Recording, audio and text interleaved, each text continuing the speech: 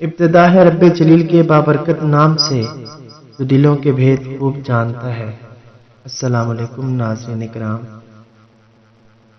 ایک واقعہ عفو درگزر کا، وفائے عہد کا اور عدل و انصاف کا، ناظرین جو میں آپ لوگوں کی خدمت میں پیش کرنے لگا ہوں۔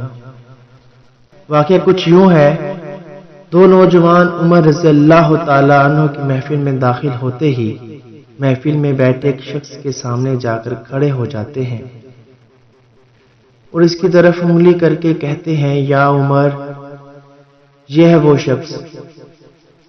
عمر رضی اللہ تعالیٰ عنہ ان سے پوچھتے ہیں کہ کیا کیا ہے اس شخص نے؟ یا امیر المومنین، اس نے ہمارے باپ کو قتل کیا ہے۔ عمر رضی اللہ تعالیٰ عنہ پوچھتے ہیں، کیا کہہ رہے ہو؟ اس نے تمہارے باپ کو قتل کیا ہے؟ عمر رضی اللہ تعالیٰ عنہ اس شخص سے مخاطب ہو کر پوچھتے ہیں، کیا تو نے ان کے باپ کو قتل کیا ہے؟ وہ شخص کہتا ہے، ہاں امیر المومنین، مجھ سے قتل ہو گیا ان کا باپ۔ عمر رضی اللہ تعالیٰ عنہ پوچھتے ہیں، کس طرح قتل ہوا ہے؟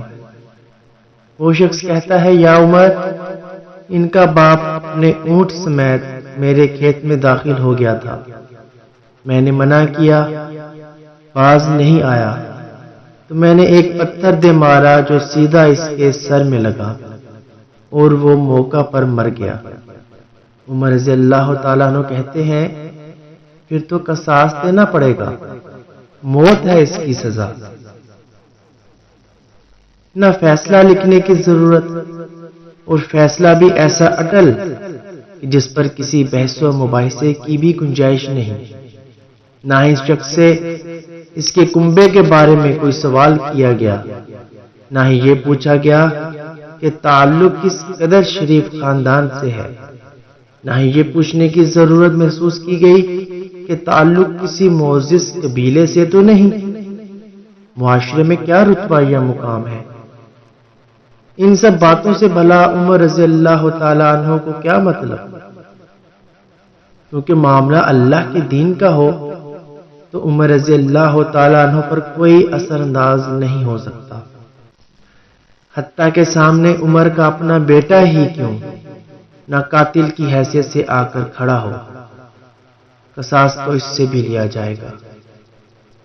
وہ شخص کہتا ہے، اے امیر المومنین، اس کے نام پر جس کے حکم سے یہ زمین و آسمان قائم کھڑے ہیں، مجھے صحرا میں واپس اپنی بیوی بچوں کے پاس جانے دیجیے تاکہ میں ان کو بتاؤں کہ میں قتل کر دیا جاؤں گا، ان کا اللہ اور میرے سوا کوئی آسرا نہیں ہے، میں اس کے بعد واپس آ جاؤں گا۔ عمر رضی اللہ تعالیٰ عنہ کہتے ہیں، کوئی تیری ضمانت دے گا کہ تو صحرا میں جا کر واپس بھی آ جائے گا؟ مجمع پر ایک خاموشی چھا جاتی ہے۔ کوئی بھی تو ایسا نہیں ہے جو اس کا نام تک بھی جانتا ہو، اس کے قبیلے، خیمے یا گھر وغیرہ کے بارے میں جاننے کا معاملہ تو بعد کی بات ہے۔ کون ضمانت دے اس کی؟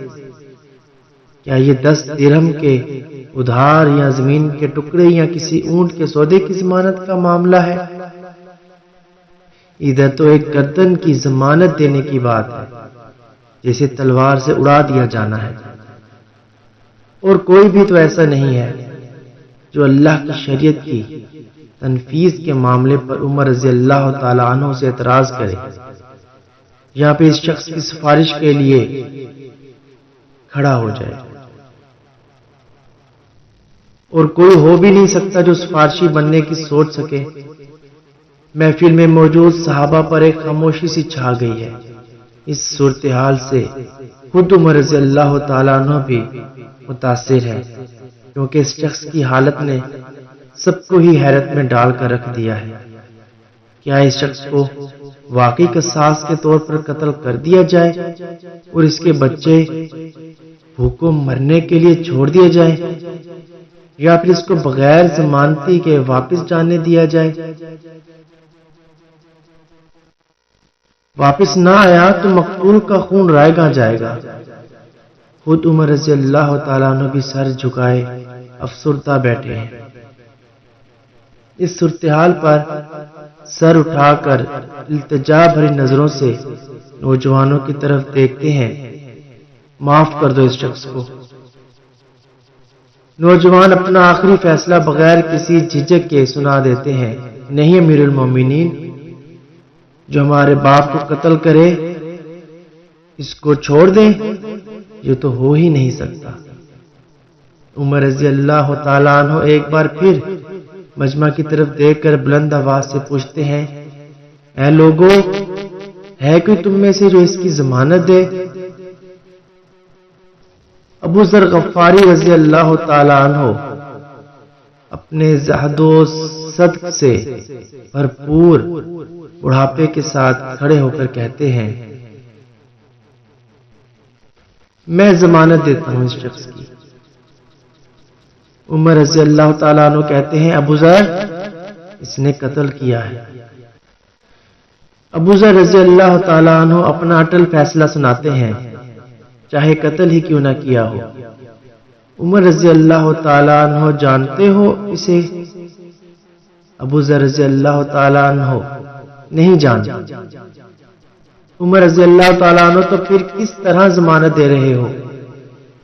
ابو ذر رضی اللہ تعالیٰ عنہ کہتے ہیں، میں نے اس کے چہرے پر مومنوں کی صفات دیکھی ہیں اور مجھے ایسا لگتا ہے یہ جھوٹ نہیں بول رہا، انشاءاللہ یہ لوٹ کر واپس آ جائے گا۔ عمر رضی اللہ تعالیٰ عنہ، ابو ذر دیکھ لو، اگر یہ 3 دن میں لوٹ کر نہ آیا تو مجھے تیری جدائی کا صدمہ دیکھنا پڑے گا اور تمہاری گردن کاٹنی پڑے گی۔ ابو ذر رضی اللہ تعالیٰ عنہ اپنے فیصلے پر ڈٹے ہوئے جواب دیتے ہیں، امیر المومنین، پھر اللہ مالک ہے۔ عمر رضی اللہ تعالیٰ عنہ سے 3 دن کی مہلت پا کر وہ شخص رخصت ہو جاتا ہے، کچھ ضروری تیاریوں کے لیے، بیوی بچوں کو الوداع کہنے، اپنے بعد ان کے لیے کوئی راہ دیکھنے، اور پھر اس کے بعد قصاص کی ادائیگی کے لیے، قتل کیے جانے کے غرض سے لوٹ کر واپس آنے کے لیے، اور پھر 3 راتوں کے بعد عمر رضی اللہ تعالیٰ عنہ بھلا کیسے اس امر کو بھلا پاتے؟ انہوں نے تو ایک ایک لمحہ گن کر کاٹا تھا۔ نوجوان اپنے باپ کا قصاص لینے کے لیے بے چین، اور لوگوں کا مجمع اللہ کی شریعت کی تنفیذ دیکھنے کے لیے جمع ہو چکا ہے۔ ابو ذر رضی اللہ تعالیٰ عنہ پھر تشریف لاتے ہیں اور آ کر عمر رضی اللہ تعالیٰ عنہ کے سامنے بیٹھ جاتے ہیں۔ عمر رضی اللہ تعالیٰ عنہ سوال کرتے ہیں، کدھر ہے وہ آدمی؟ ابو ذر رضی اللہ تعالیٰ عنہ مختصر جواب دیتے ہیں، مجھے کوئی پتہ نہیں ہے یا امیر المومنین۔ ابو ذر رضی اللہ تعالیٰ عنہ آسمان کی طرف دیکھتے ہیں، جدھر سورج ڈوبنے کی جلدی میں معمول سے زیادہ تیزی کے ساتھ جاتا دکھائی دے رہا ہے۔ محفل میں ہوں کا عالم ہے، اللہ کے سوا کوئی نہیں جانتا کہ آج کیا ہونے جا رہا ہے۔ یہ سچ ہے کہ ابو ذر رضی اللہ تعالیٰ عنہ عمر رضی اللہ تعالیٰ عنہ کے دل میں بستے ہیں۔ عمر رضی اللہ تعالیٰ عنہ سے ان کا جسم کا ٹکڑا مانگے تو عمر رضی اللہ تعالیٰ عنہ دیر نہ کریں، کاٹ کر ابو ذر رضی اللہ تعالیٰ عنہ کے حوالے کر دیں۔ لیکن ادھر معاملہ شریعت کا ہے، اللہ کے احکامات کی بجا آوری کا ہے، کوئی کھیل تماشا نہیں ہونے جا رہا، نہ ہی کسی کی حیثیت یا صلاحیت کی پیمائش ہو رہی ہے، حالات و واقعات کے مطابق نہیں، اور نہ ہی زمان و مکان کو بیچ میں لایا جانا ہے۔ قاتل نہیں آتا تو ضامن کی گردن جاتی نظر آ رہی ہے۔ مغرب سے چند لمحات پہلے وہ شخص آ جاتا ہے۔ بے ساختہ حضرت عمر رضی اللہ تعالیٰ عنہ کے منہ سے اللہ اکبر کی صدا نکلتی ہے، ساتھ ہی مجمع بھی اللہ اکبر کا ایک بھرپور نعرہ لگاتا ہے۔ عمر رضی اللہ تعالیٰ عنہ اس شخص سے مخاطب ہو کر کہتے ہیں، اے شخص، اگر تو لوٹ کر نہ بھی آتا تو ہم نے تیرا کیا کر لینا تھا؟ نہ ہی تو کوئی تیرا گھر جانتا تھا اور نہ ہی کوئی تیرا پتہ جانتا تھا۔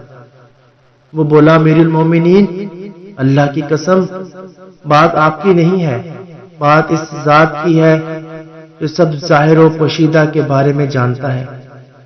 دیکھ لیجئے میں آ گیا ہوں، اپنے بچوں کو پرندوں کے چوزوں کی طرح صحرا میں تنہا چھوڑ کر، جدھر نہ درخت کا سایہ ہے اور نہ ہی پانی کا نام و نشان۔ میں قتل کر دیے جانے کے لیے حاضر ہوں۔ مجھے بس یہ ڈر تھا کہیں کوئی یہ نہ کہہ دے کہ اب لوگوں میں سے وعدوں کا ایفا ہی اٹھ گیا ہے۔ عمر رضی اللہ تعالیٰ عنہ نے ابو ذر رضی اللہ تعالیٰ عنہ کی طرف رخ کر کے پوچھا، ابو ذر، تو نے کس بنا پر اس کی ضمانت دی تھی؟ ابو ذر رضی اللہ تعالیٰ عنہ نے کہا، اے عمر، مجھے اس بات کا ڈر تھا کہیں کوئی یہ نہ کہہ دے کہ اب لوگوں سے خیر ہی اٹھا لی گئی ہے۔ سید عمر رضی اللہ تعالیٰ عنہ نے ایک لمحے کے لیے توقف کیا، پھر ان دو نوجوانوں سے پوچھا کہ کیا کہتے ہو؟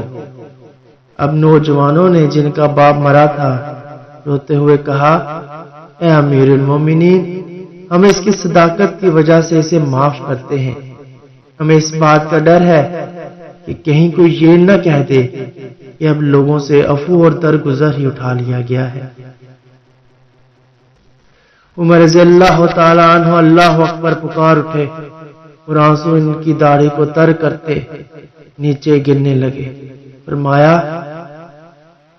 اے نوجوانوں، تمہاری عفو درگزر پر اللہ تمہیں جزائے خیر دے۔ اے ابو ذر، اللہ تجھے اس شخص کی مصیبت میں مدد پر جزائے خیر دے، اور اے شخص، اللہ تجھے اس وفائے عہد و صداقت پر جزائے خیر دے۔ اے امیر المومنین، اللہ تجھے تیرے عدل و رحم دلی پر جزائے خیر دے۔ آمین۔ ہماری ویڈیو پسند آئے تو اسے لائک، شیئر اور ہمارے چینل کو سبسکرائب کریں۔ جزاک اللہ۔